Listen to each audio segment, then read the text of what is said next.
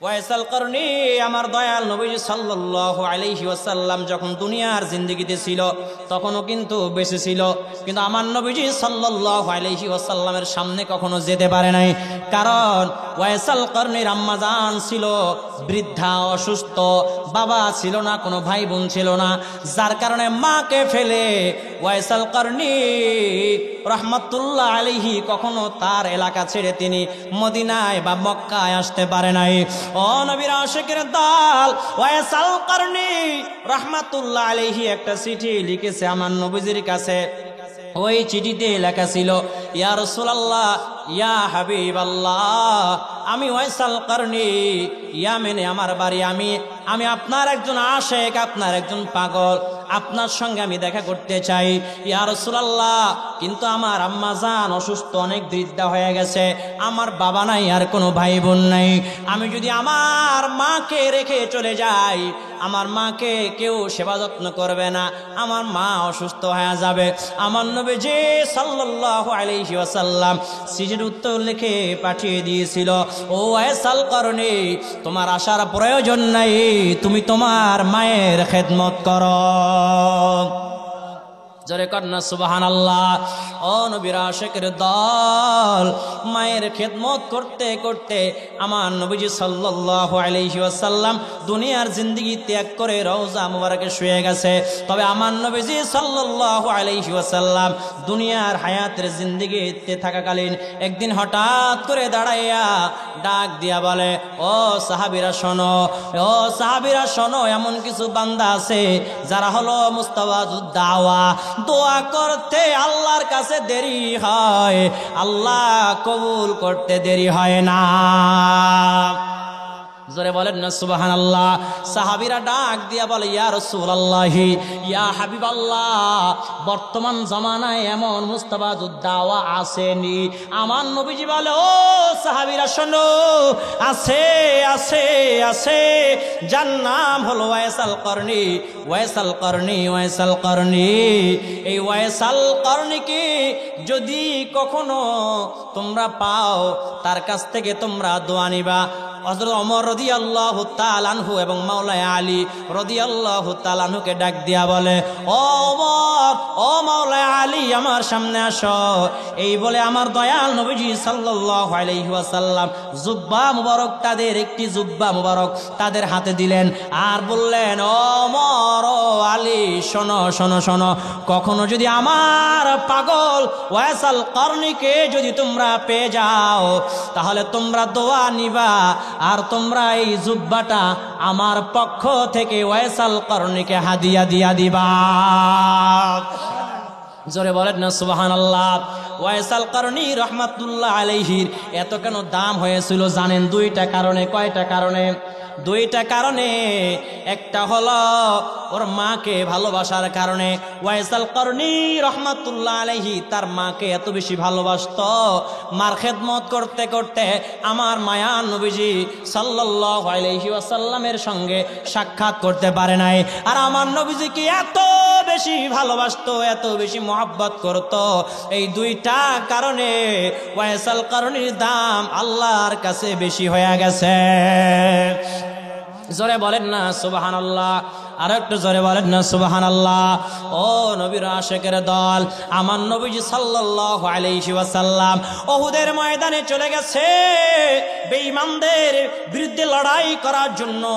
লড়াই করতে করতে যখন যুদ্ধের দামামা যখন বেজে গেল, আমার মায়ার নবীজি সাল্লাল্লাহু আলাইহি ওয়াসাল্লামের সামনের দুইটা দন্দান মোবারক আঘাত লেগে ভেঙে গেল। মাথা মোবারকে লোহার মুকুট ভেঙে মাথা মোরকের মধ্যে ঢুকে গেছে। ওয়াইসাল করনিকে কে যেন ডাক দিয়া বলে, ও ওয়াইসাল করনি, শুনছনি শুনছনি, মায়ার নবীজি সাল্লাল্লাহু আলাইহি ওয়াসাল্লাম উহুদের ময়দানে যাইয়া দুইটা দন্দন মোবারক শহীদ হয়ে গেছে। জোরে কান আল্লাহু আকবার।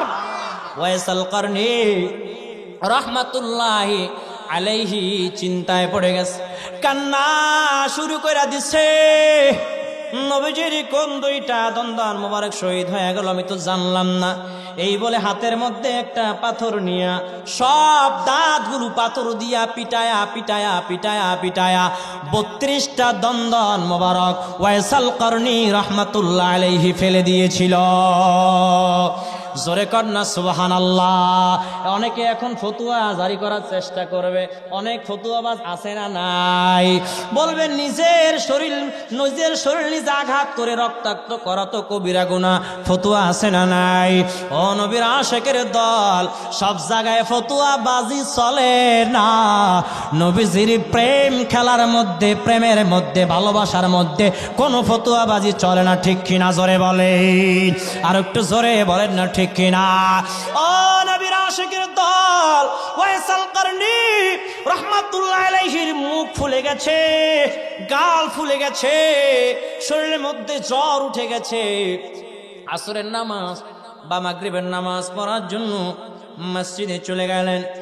মসজিদে গিয়ে নামাজ আদায় করে গাল ফুলে গেছে। ওয়াইসাল করনি রহমাতুল্লাহ আলাইহি কথাও বলতে পারে না, অনেক কষ্ট করে নামাজ আদায় করলেন। নামাজ আদায় কইরা যখন সালাম ফিরাইছে, সালাম ফিরায়া দেখে আমার মায়ার নবীজি হাজির হয়ে গেছে। যারা বলেন সুবহানাল্লাহ। পাগল ছিল ওয়াসকরনি জুব্বা দিলা তারে, আমি পাগল কিছু চাই না, চাই যে তোমারে। ও প্রিয় হাবিব পাগলের রাখছো কেন দূরে, ও প্রিয় হাবিব পাগলের রাখছো কেন দূরে। জোরে বলেন সুবহানাল্লাহ। ও নবীর আশিকের দল, ওয়াইসাল করনি রহমাতুল্লাহ আলাইহি সালাম ফিরায়া আমার মায়ার নবীজি সাল্লাল্লাহু আলাইহি ওয়াসাল্লামের দিকে তাকায়া দেখে নূরে ঝলমল ঝলমল করে। আমার নবীজি সাল্লাল্লাহু আলাইহি ওয়াসাল্লামকে দেখা ওয়াইসাল করনি রাহমাতুল্লাহ আলাইহি চিনতে পেরেছে যিনি আর কেউ না, আমার মায়ার নবী হযরত মুহাম্মদ মুস্তাফা সাল্লাল্লাহু আলাইহি ওয়াসাল্লাম। ও নবীর আশিকের দল, আমার নবীজি চাইলে এখন এই মাহফিলে আসতে পারে কি পারে না? আল্লাহ চাইলে পাঠাইতে পারে কি পারে না? ও নবীর আশিকের দল, আমার নবীজি চাইলে এখন এই মাহফিলে আসতে পারে কি পারে না? এই বিশ্বাস যারা করে তাদেরকেই বলা হয় সুন্নি। সুন্নি সুন্নি মুসলমান, আহলে সুন্নাত ওয়াল জামাতের আকীদা হলো এটা, ঠিক কিনা? জোরে কান। এই বাতিলরা কিন্তু মানে না, ঠিক না? এরা বলে না নবীজি আসতে পারে না। আল্লাহ চাইলে নবীজিকে পাঠাইতে পারে কি পারে না? আমার নবীজি এখন রওজা মুবারকে শুয়ে শুয়ে এই নাসিরনগরের উম্মতদের সমস্ত আমলনামা, সমস্ত হালত দেখতে পারে কি পারে না? এটাই, এই বিশ্বাসের নাম হলো সুন্নি মুসলমান। আর এটা যারা বিশ্বাস করে না তাদেরকে বলা হয় ডাব্লিউ নসদের আকীদায় বিশ্বাসী, ডাব্লিউ মুসলমান, মানে ইয়াজিদি মুসলমান। কথা বুঝতে পেরেছেন? মাইন্ড করতেছেন নাকি নাকি রাগ করতেছেন? কষ্ট হয়? এটা জিকির দেন, লা ইলাহা, একটু সাদা, লা ইলাহা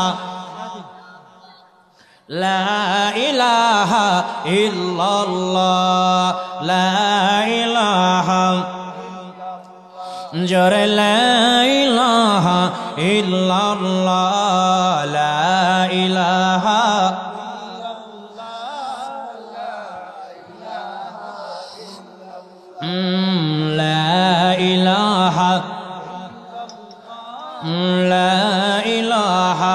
ইল্লাল্লাহ, লা ইলাহা, লা ইলাহা, লা ইলাহা ইল্লাল্লাহু মুহাম্মাদুর রাসূলুল্লাহ সাল্লাল্লাহু আলাইহি ওয়াসাল্লাম। কষ্ট হয়নি? জোরে বলেন। চলবে কি চলবে না? এখানে যদি এখন বাউল গান হইতো, নাচানাচি হইতো, যুবক যারা ঘরে বয়া বয়ান ফেসবুক চালায়, ইউটিউব চালায়, আসে না নাই? যেটির বউ নাই, দেখবেন যুবকরা, যেই যুবক বউ নাই, এই যুবকরা দেখবেন যে সারাদিন মোবাইল পাইলে হয়েছে, বউর কথা ভুললে যায়, মানে বিয়ে যে করা লাগবে এটাই ভুললে যায়, ঠিক কিনা? জোরে বলেন। এখানে অনেক অবিবাহিত যুবকরা আছে না নাই?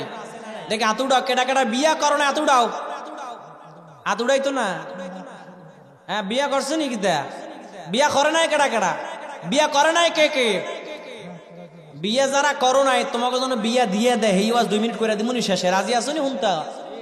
অনেক বাপ মায় বলে যে আমার ছেলে এখনো নিজের পায়ে খাড়ায় নাই, তা আপনার ছেলে কি মানুষের পায়ে খাড়ায় রয়েছে নাকি? কথা কয় না। কয় আমার ছেলে বাদাইম্মা, বিয়ে করে কি খাইবো? বিয়ে দিয়েছে বউ আনবো, বিয়ে করা খাইবো খাওয়াইবো কি? আপনার ছেলে যেটা বাদাইম্মা সারাদিন ফেসবুক, ইউটিউব, টিকটক, তার প্রতিবন্ধী টিকটক, লাইকি, তারপর আরো কি কি জানি আছে, নামও জানি না, এগুলো যারা আসক্ত হয়ে গেছে, ও পাবজি, ফ্রি ফায়ার আছে না নাই, লুডু, ছক্কা, জুয়া গেম, এক্স ব্যাট নাকি 1x ব্যাট কি জানি কয়, জুয়ার ব্যাট, এই জুয়ায় যারা আসক্ত আমি তাদেরকে বলবো একটা বিয়া করায় দেন। আর জুয়া খেলার টাইম পাইতো না, ও টিকটক আর ফেসবুকের টাইম নাই। আজ বিয়া করাই দিবেন, কালকে দেখবেন যে কোদাল লয়ে খেতে গেছে কাজ করতো। কথা কয় না। আর ফোলাফাইনরে বিয়ে কবে কন যে নিজের পায়ে খাড়ায় নাই, বইরা বলে এই এই এই ফালতু কথা বলে ছেলেদেরকে আপনারা নষ্ট করতেছেন। ঠিক কিনা জোরে বলেন? ছেলের বয়স হয়ে গেছে 28 বছর, 29 বছর, 26 বছর, ছেলে এদিকে ভিডিও দেখতে দেখতে অস্থির, ওর বিয়ে করার খবর নাই, ওর সব ভিতরে ধ্বংস হয়ে যাচ্ছে। ঠিক কিনা জোরে কর? এর জন্য বাবা মার দায় আছে না নাই? ছেলেদের প্রাপ্ত বয়সের পর 25, 26, 24-এর পরে যদি 24 বছর বয়সের পর যদি বিয়ে না দেয়, 23, 24, 25, 26, 27, 28 এই বয়সের মধ্যে যত গুনাহ করবে, বিয়ে দেন না এই জন্য যত জেনা করবে, মনে রাখবেন এই এই ভাগ কিন্তু বাবা মাও পাইব।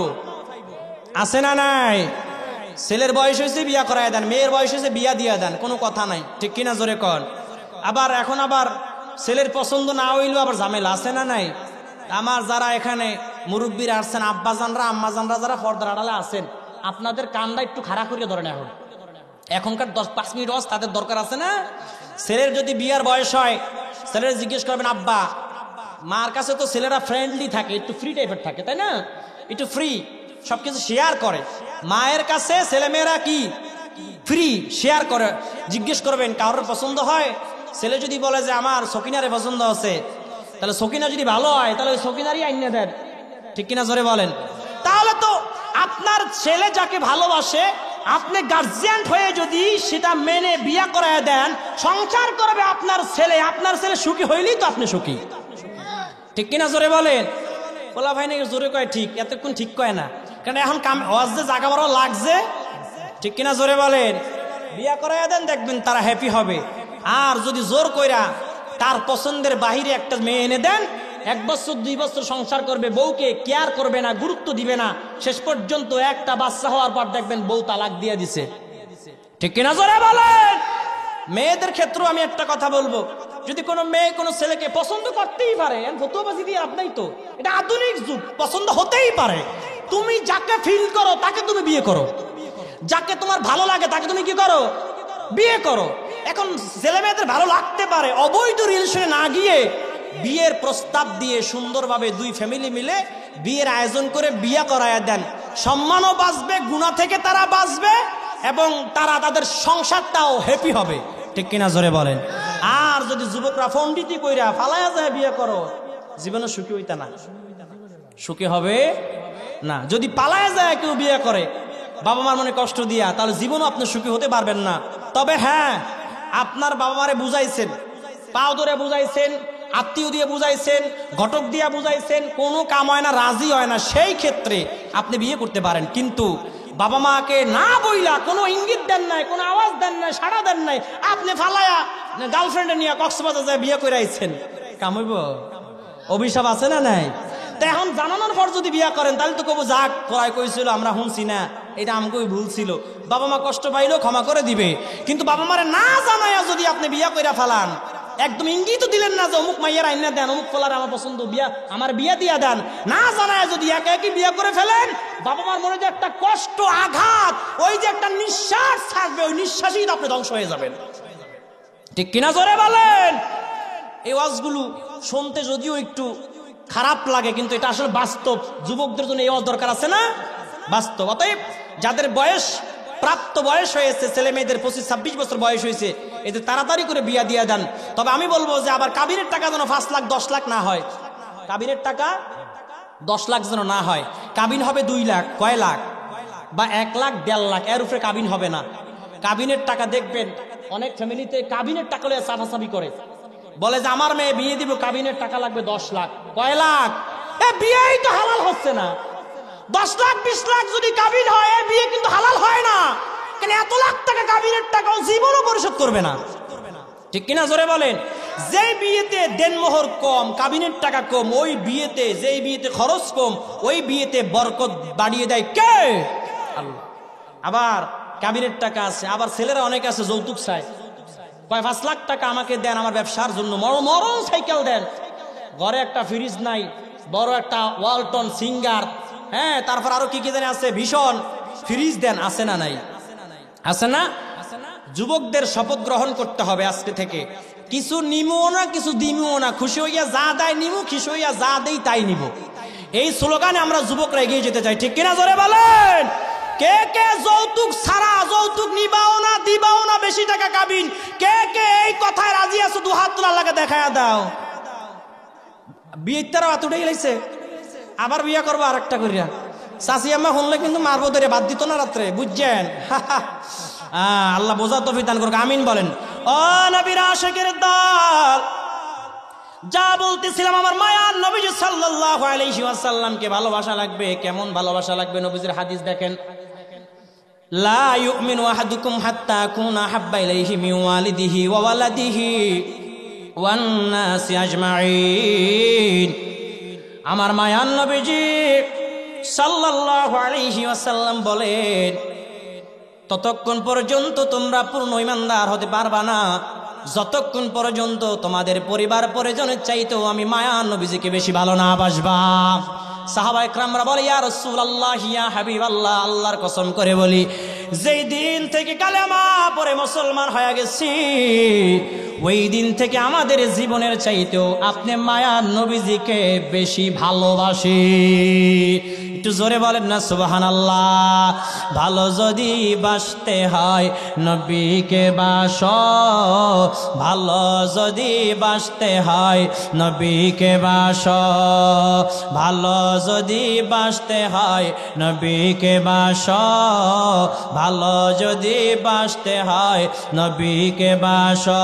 তোমার দুঃখ যন্ত্রণা নবী সইতে পারে না, তোমার দুঃখ যন্ত্রণা নবী সইতে পারে না, ওই নবীজির শানে তোমরা মিলাদ পড়িও। ভালো যদি বাসতে হয় নবীকে বাসো। জোরে বলেন সুবহানাল্লাহ।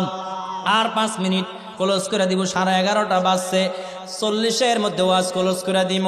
কেউ আর ওটা নামা কইরেন না, কারণ হক কথা বললে অনেকের ভালো লাগে না, ঠিক কিনা জোরে বলেন।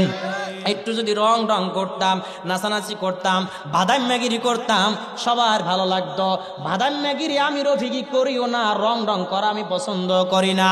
ও নবীর আশিকের দল, আমার নবীজি সাল্লাল্লাহু আলাইহি ওয়াসাল্লামের কত দাম জানো?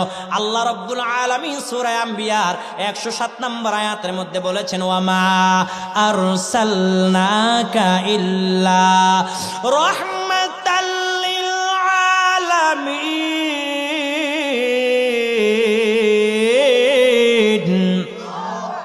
ও নবীর আশিকের দল, আল্লাহ রব্বুল আলামিন বলে, আমি আল্লাহ রব্বুল আলামিন আমার হাবিবকে তামাম দুনিয়াবাসীর জন্য রহমত স্বরূপ পাঠিয়েছি। জোরে বলেন সুবহানাল্লাহ।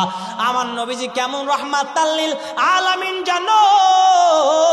কাল কিয়ামতের ময়দানে কঠিন মুসিবতের সময় সমস্ত মানুষগুলো যখন ইয়া নফসি ইয়া নফসি ইয়া নফসি বলে চিল্লাবে আর দৌড়াবে, ওই কঠিন মুহূর্তের সময় আমার মায়ার নবীজি সাল্লাল্লাহু আলাইহি ওয়াসাল্লাম বলবে, রব্বি হাবিলি উম্মতি, রব্বি হাবিলি উম্মতি।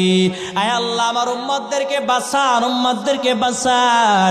সমস্ত মানুষগুলো কাল কিয়ামতের ময়দানে পাগল পারা হয়ে যাবে, কেউ কেউ কোমর পর্যন্ত ঘামের মধ্যে ডুবিয়া যাবে, কেউ কেউ বুক পর্যন্ত ঘামের মধ্যে ডুবে যাবে, কেউ কেউ গলা পর্যন্ত ঘামের মধ্যে ডুবে যাবে।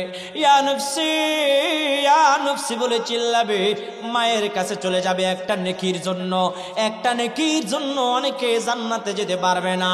মার কাছে সন্তান গিয়া বলবে, মা তুমি তো আমাকে 10 মাস 10 দিন গর্ভ ধারণ করেছো, কত কষ্ট তুমি করেছো রে মা, একটা নেকির জন্য আজকে আপনার সন্তান জান্নাতে যাইতে পারে না। ও মা একটা নেকি দেন। মা বলবে, সুকান সুকান দূর হয়ে যা, তুমি কে, তোমাকে আমি চিনি না। বাবা বলবে, তোমাকে আমি চিনি না।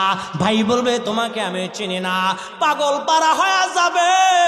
এমন সময় মানুষগুলো দৌড়ায়া দৌড়ায়া আদম নবীর কাছে চলে যাবে, আদম আলাইহিস সালাতু ওয়াস সালামের কাছে চলে যাবে, গিয়া বলবে, ও আদম নবী আপনি তো আমাদের আদি পিতা, আপনি একটু শাফাত করেন না। আদম আলাইহিস সালাতু ওয়াস সালাম বলবে, আমি শাফাত করতে পারবো না। ঈসা নবী বলবে, আমি শাফাত করতে পারবো না। মুসা নবী বলবে, আমি শাফাত করতে পারবো না। হঠাৎ করে একটা আওয়াজ হবে, রব্বি হাবিলি উম্মতি, রব্বি হাবিলি উম্মতি।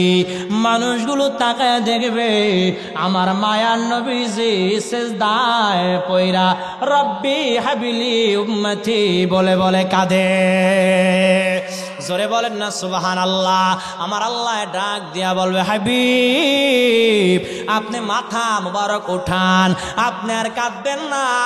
আপনি তো কম কাঁদেন নাই।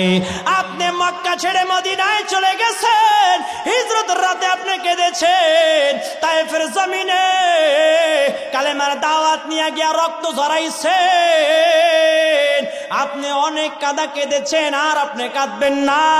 ওগো আমার হাবিব আপনি মাথা মুবারক উঠান। এই যে আমার পাশে যেই সিংহাসনটা আছে, যেই চেয়ারটা আছে, ওগো আমার হাবিব আপনার জন্য বরাদ্দ করা হয়েছে, আপনি মাথা মুবারক উঠান। আমার নবীজি সাল্লাল্লাহু আলাইহি ওয়াসাল্লাম আল্লাহর দরবারে ডাক দিয়া বলবে, আল্লাহ যতক্ষণ পর্যন্ত আমার গুনাহগার উম্মত গুলারে মাফ কইরা না দিবেন, অতক্ষণ পর্যন্ত আমি নবীজি মাথা মোবারক উঠাবো না। আমার আল্লাহ ডাক দিয়া বলবে, হাবিব আপনি মাথা মোবারক উঠান। আমি আল্লাহ আপনাকে সৃষ্টি না করলে আসমান জমিন সৃষ্টি করতাম না।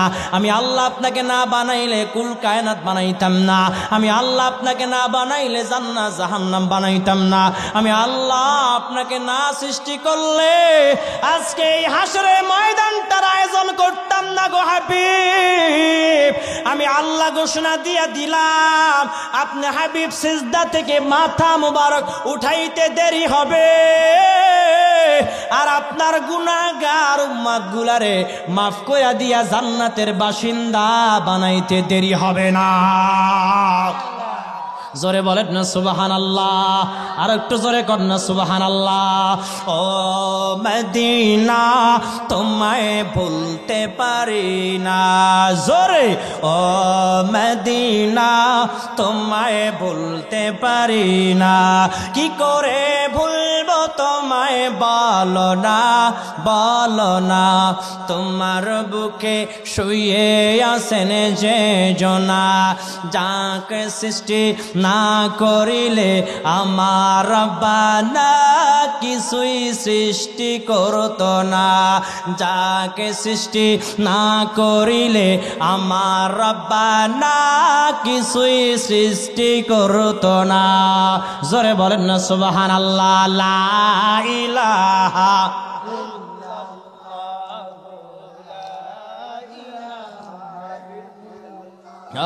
জোরে লা ইলাহা লা ইলাহা ইল্লাল্লাহ, লা ইলাহা ইল্লাল্লাহু মুহাম্মাদুর রাসূলুল্লাহ সাল্লাল্লাহু আলাইহি ওয়াসাল্লাম। ও নবীর আশিকের দল, আমার নবীজির আরো কত দাম জানেননি? আমার আল্লাহ রাব্বুল আলামিন কুরআন মাজিদের সূরা আহজাবের 21 নম্বর আয়াতের মধ্যে বলে, লাকাদ কানা লাকুম ফি রাসূলিল্লাহি উসওয়াতুন হাসানা।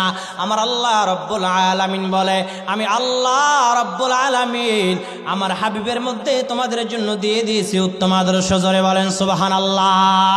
আমার নবীজি কেমন আদর্শের নবী জানেন? আমার নবীজির জীবন আদর্শ যদি আমাদের জীবনে বাস্তবায়ন করতে পারি, পারিবারিক জীবনে, রাষ্ট্রীয় জীবনে, সামাজিক জীবনে আর কোনো ফিতনা ঝামেলা লাগবে না, ঠিক কিনা? জোরে বলেন। ও নবীর আশিকের দল, আমার নবী সাল্লাল্লাহু আলাইহি ওয়াসাল্লামের আদর্শ দেখা, চরিত্র দেখা ইহুদি খ্রিস্টানরা কালেমা পড়ে মুসলমান হয়ে যাইতো। আর আমগো মুসলমানের গুতাগুতি মারামারি দেখা ইহুদি খ্রিস্টানরা টিটকারি মারে হাসে, ঠিক কিনা? জোরে কান। মুসলমানদের পাটাপাটি আছে না নাই? আমরা সুন্নিরাই তো এক হইতে পারি না, খালি পাটাপাটি। ডাব্লিউ কথা বাদ দিলাম, ডাব্লিউরও তো এমনি খারাপ, এমনি বলৎকারের গোষ্ঠী, ঠিক কিনা? জোরে বলেন। ও হ্যাঁ, ওরা আবার আচ্ছা অবশ্য চেহারা দেখলেই যাও কেমন বলৎকার বলৎকার লাগে না? হুজুর সভাপতি সাহেব, আজ সেদিনকে ওই ব্রাহ্মণবাড়িয়া খাজা গরিবে নেওয়াজ নাকি গরিবে নেওয়াজ একটা গ্যাস পাম্প আছে না, তো ওই যে ব্রাহ্মণবাড়িয়া না, ওই বিশ্ব রোড পাম্পের গ্যাস নেই আর কি। এখন দেখি কিছু বলৎকার হুজুর আর কি, অবশ্য চেহারা দেখলেই বুঝায় যে এগুলো বলৎকারের গোষ্ঠী। কথা বুঝেন নাই?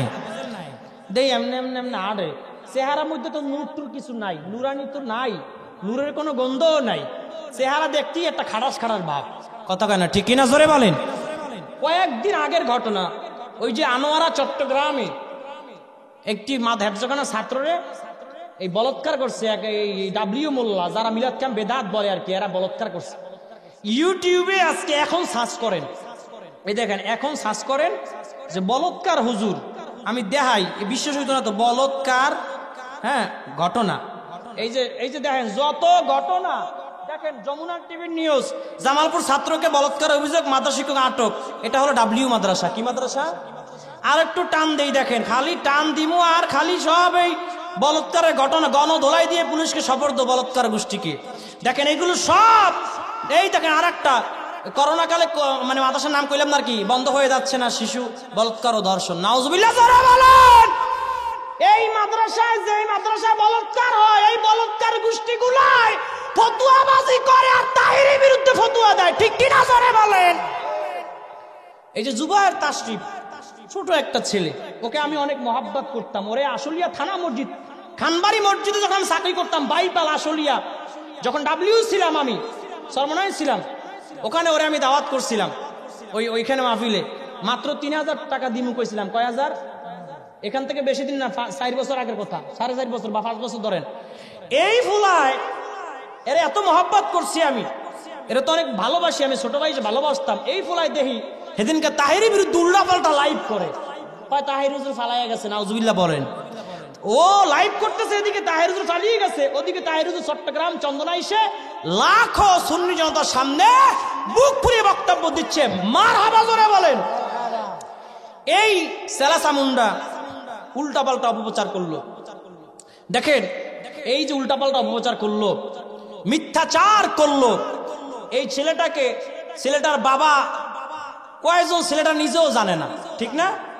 ওর বাবা ওর ছেলেকে অস্বীকার করে, ওর মাকে ও নিজেও ভালো করে খুঁজে কইতে পারে না। মানে এমন একটা ডাউন লেভেলের ছেলে, ওকে আমরাও মহব্বত করি, কিন্তু ও যেদিন থেকে তাহির হুজুরের বিরুদ্ধে মিথ্যাচার করেছে, মিথ্যা অপবাদ দিয়েছে, ওই দিন থেকে আমরা ওকে বয়কট করেছি, ঠিক কিনা? জোরে বলেন। নাহলে তুমি ছোট মানুষ, তোমার এগুলো কিসে পাইছো? তোমার কাম তুমি বয়ান করবা, তুমি মিথ্যা চিত্তা কেন ফেসবুকের মধ্যে প্রপাগান্ডা ছড়াবা? আবার সিরাজগঞ্জে মাহফিলে গিয়ে ও হুঙ্কার দিচ্ছে, কয় তাহির হুজুরকে এই সিরাজগঞ্জে ঢুকতে দিবেন না, কয় এই সেই মাজার ফুজারি ভণ্ড মন্ড যা তা। এ বকলো মানি এখন পেজের রিচ বাড়ানোর জন্য, একটু সিম্পিটি পাওয়ার জন্য তাহির হুজুরের বিরুদ্ধে বলে। জানে, এরা তো জানে, এই বলৎকার গোষ্ঠীরা জানে তাহির হুজুর অগ আব্বার নাম লইলেই ওরা ভাইরাল হয়ে জায়গা, ঠিক কিনা? জোরে বলেন। আল্লাহ এই সমস্ত বলৎকারের গোষ্ঠীদের থেকে এই বর্তমান সরলমনা মুসলিম জাতিকে হেফাজত করুক, আমিন বলেন। কোন বলৎকারের ঘটনা সুন্নি মাদ্রাসায় ঘটছে? কথা বলেন, ঘটছে? করে না, কিন্তু এদের মাদ্রাসা এগুলো অ্যাভেলেবেল। আমি এগুলো বলার কারণ হলো একটা, কারণ এরা সব সময় সুন্নিদেরকে ইগনোর করে, সুন্নিদেরকে সব সময় এরা সবসময় পচাইতে চায়, কিন্তু এদের যে খারাপ চরিত্র, এই চরিত্র তো আমাদের মধ্যে নাই, ঠিক কিনা? জোরে বলেন। রিজিকে দেন লা ইলাহা ইল্লাল্লাহু মুহাম্মাদুর রাসূলুল্লাহ সাল্লাল্লাহু আলাইহি ওয়াসাল্লাম। যা বলতেছিলাম, আমার নবীজির চরিত্র দেখা, আদর্শ দেখা ইহুদি খ্রিস্টানরা কালেমা পড়ে মুসলমান হয়ে যাইত। একটু জোরে বলা যাবে কি সুবহানাল্লাহ? আর একটু জোরে করেন সুবহানাল্লাহ। একজন বুড়ি, এই বুড়ির ঘটনা বলি সমাপ্ত করে দেব। একজন বুড়ি প্রতিদিন আমার নবীজি সাল্লাল্লাহু আলাইহি ওয়াসাল্লামের চলাচলের রাস্তায় কাঁটা বিছায়া রাখতো। কাঁটা কি, জোরে বলেন? কাঁটা বিছায়া রাখতো। আমার নবীজি সাল্লাল্লাহু আলাইহি ওয়াসাল্লাম ওই রাস্তা দিয়ে যখন হেঁটে যাইতো, কদম মোবারকে কাঁটা যখন ঢুকে যাইতো, আমার নবীজি ব্যথা পাইতো। আর ওই বুড়ি মহিলা আনন্দ করত, হাতের মধ্যে তালি দিত, মজা নিত। হঠাৎ করে কয়েকদিন হয়ে গেল, আর ওই বুড়ি মহিলাকে দেখা যায় না। আমার নবীজি সাল্লাল্লাহু আলাইহি ওয়াসাল্লাম চিন্তায় পড়ে গেলেন, কি ব্যাপার, এই বুড়ি মহিলা কোথায় চলে গেল? রাস্তায় তো আর কাটা দেয় না। খোঁজ খবর নিতে নিতে নিতে নিতে ওই বুড়ি মহিলার বাড়িতে চলে গেছে। বুড়ি মহিলার বাড়িতে গিয়া দেখে এই বুড়ি মহিলা অসুস্থ হয়ে খাটের মধ্যে বেহুশ হয়ে ঘরের মধ্যে পড়ে আছে। আমার নবীজি সাল্লাল্লাহু আলাইহি ওয়াসাল্লাম তাকায় দেখলেন ঘরটা অগোছালো, ময়লা হয়ে গেছে। পুরা ঘরটা পরিষ্কার পরিচ্ছন্ন করলেন। এই বুড়ি মহিলাকে সেবা যত্ন করে সুস্থ করে তুললেন। 2-3 দিন পরে এই মহিলা যখন সুস্থ হয়ে গেল, চোখ মেলে যখন আমার নবীজিরে দেখেছে, নবীজিকে দেখা ওই বুড়ি মহিলা অবাক হয়ে গেছে, ভয় পেয়ে গেছে। ডাক দিয়া বলে, ও মুহাম্মদ সাল্লাল্লাহু আলাইহি ওয়াসাল্লাম, তুমি কি আমার কাছ থেকে প্রতিশোধ নিতে আসছো? আমি তোমার রাস্তায় কাটা বিছায় দিতাম, এই জন্য তুমি কি প্রতিশোধ নেওয়ার জন্য আসছো? আমার নবীজি সাল্লাল্লাহু আলাইহি ওয়াসাল্লাম ডাক দিয়া বলে, ও বুড়ি মহিলা, আপনি প্রতিদিন আমার রাস্তার মধ্যে কাটা বিছায় রাখতেন, আর আমার কদম মোবারকে ঢুইকা যাইতো, আমি কষ্ট পাইতাম। কিন্তু কয়েকদিন হলো আর আমার রাস্তায় আমি কাটা দেখি না। আমি চিন্তায় পড়ে গেলাম, যেই মহিলা আমার রাস্তায় কাটা দিত, এই মহিলা কোথায় চলে গেল, কি না কি হয়ে গেল। খুঁজতে খুঁজতে আমি তোমার বাড়িতে চলে আসলাম। আয়েশা দেখি তুমি অসুস্থ হয়ে বিছানায় পড়ে আছো। এই কয়েকদিন আমি তোমার সেবা যত্ন করে তোমাকে সুস্থ করে তুললাম। ও বুড়ি মহিলা, আমি প্রতিশোধ নিতে আসি নাই, আমি এবার চলে যাই। আমার নবীজি সাল্লাল্লাহু আলাইহি ওয়াসাল্লাম যখন ঘর থেকে বের হয়ে চলে যাচ্ছে, ওই বুড়ি মহিলা পিছন দিক দিয়ে ডাক দিয়া বলে, ইয়া রাসূলুল্লাহ, ইয়া হাবিবাল্লাহ, নবী গো, আমি আপনাকে চিনতে পারি নাই, আপনি আমাকে ক্ষমা করে দেন। যেই মানুষের রাস্তায় আমি কাটা বিছায় রাখতাম কষ্ট দেওয়ার জন্য, ওই মানুষটা আমার সেবা যত্ন করে আমাকে সুস্থ করে তুললো। এ যেমন তেমন কেউ না, ইনি হলো আল্লাহর প্রেরিত রাসূল নবীজি মুহাম্মদ মুস্তাফা সাল্লাল্লাহু আলাইহি ওয়াসাল্লাম। ইয়া রাসূলুল্লাহ, ইয়া হাবিবাল্লাহ, আপনি আমাকে ক্ষমা করে দেন আর পরায়া দেন লা ইলাহা ইল্লাল্লাহু মুহাম্মাদুর রাসূলুল্লাহ সাল্লাল্লাহু আলাইহি ওয়াসাল্লাম। জোরে কোন সুবহানাল্লাহ। কালে আবার মুসলমান হয়ে গেছে। নবীজির চরিত্র দেখে, আদর্শ দেখে ইহুদি খ্রিস্টানরা, বেঈমানরা, মুশরিকরা কালেমা পড়ে মুসলমান হয়ে যাইত। আর আমাগো বর্তমান হুজুরগো গুতাগুতি দেখা যারা মুসলমান হইব, হেরা অফিসের দিকে দৌড়ায়। কথা কয় না, ঠিক কিনা জোরে বলেন? আল্লাহ মুসলমানদের সমস্ত দ্বন্দ্ব থেকে মুসলমানদেরকে হেফাজত করুক, মুসলমানদেরকে কাঁধে কাঁধ মিলিয়ে মুসলমানদেরকে দ্বীনের দাওয়াত দেওয়ার তৌফিক দান করুক, আমিন বলেন। বিশেষ করে সুন্নি যারা, তাদেরকে সমস্ত দ্বন্দ্ব ভুলে গিয়ে কাঁধে কাঁধ মিলিয়ে নারায়ে তাকবীর, নারায়ে রিসালাতের স্লোগান দিয়ে সকলকে ঐক্যবদ্ধ হয়ে সুন্নিয়াতের খেদমত করার তৌফিক দান করুক, জোরে বলেন আমিন। আর জোরে বলেন আমিন। এখানে মাহফিল প্রতি বছর হোক, চান কি চান না? ডাব্লিউ ছাড়া আর সবাই চায়, ঠিক না হুজুর? ডাব্লিউ ছাড়া সবাই চায় এখানে মাহফিল হোক। আগামী বছর ইনশাআল্লাহ তাহির হুজুর আসবেন ইনশাআল্লাহ বলেন। কারণ সবসময় কিন্তু মানুষের দিন একরকম থাকে, বিপদ কালো মেঘ কিন্তু এই যে আকাশে কালো মেঘ কিন্তু সব সময় থাকে না, একদিন কিন্তু ঠিকই কালো মেঘ কেটে গিয়ে ঠিকই আলোকিত হয়, ঠিক কিনা জোরে বলেন? সব সময় অন্ধকার থাকে না, অন্ধকার কেটে গিয়ে আবার সকাল হয়, আলোকিত হয়, ঠিক কিনা জোরে বলেন? যারা মনে করেন এখন যে মামলা একটা দিছি তাহিরিরে, ব্যাস এখন তাহিরি দৌড়াক, এগুলো আমরা কিছু মনেই করি না। এসব মামলা কিছু মনেই করি না। এসব মামলা হলো, এগুলো মামলা না। মামলা তো আমিও খাইছি এক সময়, আরো 3 বছর আগে যখন সুন্নিয়াতে আমি প্রথম আসছিলাম হুজুর, তখন ডাব্লিউরা মামলা দিচ্ছে সার্ভার ক্রাইম মামলা। কি মামলা? অপপ্রচার করে, আমাদের পড়ছে, আমাদের খাইছে, আমার বিরুদ্ধে কথা কয়। মামলা যেই ইস্যু নিয়ে মামলা দিছে, কোনো দোষ আমার মধ্যে পায় নাই। তদন্ত করছে পিবিআইয়ের কাছে, এই মামলাটা পিবিআইয়ের হাতে গিয়েছিল, পিবিআই কে তদন্ত করতে দিয়েছিল। পিবিআই তদন্ত করে দেখলো যে কোনো কিছু নাই। তারপরে যারা মামলা মুভ করেছেন তারা জানেন, ক্লিয়ার যদি জমা দেয়, ক্লিয়ার যদি দেয় তাহলে আপনার মামলা খালাস হয়ে যাবে। আর যদি চার্জশিট জমা হয় তাহলে আপনাকে জেলে যাওয়া লাগবে। কথা বুঝতে পেরেছেন? তা আমার দোষ পায় না, তার রেপোর্টটা দিব কি? রেপোর্ট দিছে ক্লিয়ার, রেপোর্ট কি ক্লিয়ার।